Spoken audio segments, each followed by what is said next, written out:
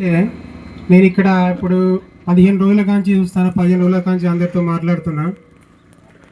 మాట్లాడుతుంటే నాతోటి అన్నారు కదా, పవన్ కళ్యాణ్ పార్టీ ఆంధ్ర పార్టీకి ఇక్కడికి ఎందుకు వస్తుంది, పవన్ కళ్యాణ్ ఆంధ్రోడు కదా ఇక్కడికి ఎందుకు వస్తాడు, మన తెలంగాణ లేని పార్టీ మీరెందుకు ఇక్కడ స్థాపిస్తారు, అది ఇదని నన్ను చాలామంది అడిగితే నేను చెప్పిన, పవన్ కళ్యాణ్ పార్టీ అనేది రాష్ట్ర పార్టీ కాదు, అది జాతీయ పార్టీ. ఇప్పుడు 29 రాష్ట్రాలు ఉంటాయి. 29 రాష్ట్రాలతోటి పోటీ పడుతున్న పార్టీ జనసేన పార్టీ. ఫస్ట్ ఆంధ్రాలోనే ఉన్నది.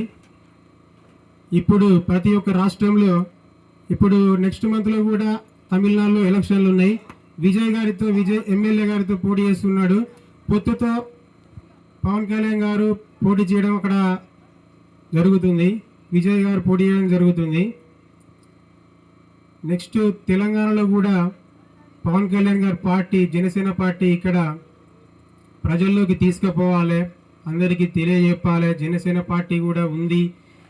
టీఆర్ఎస్ కాంగ్రెస్ అనే పార్టీలే కాకుండా జనసేన పార్టీ అనేది కూడా ఉంది అని అందరికీ తెలియజెప్పడానికే ఈ యొక్క చిన్న మీటింగ్ అరేంజ్ చేయడం జరిగింది.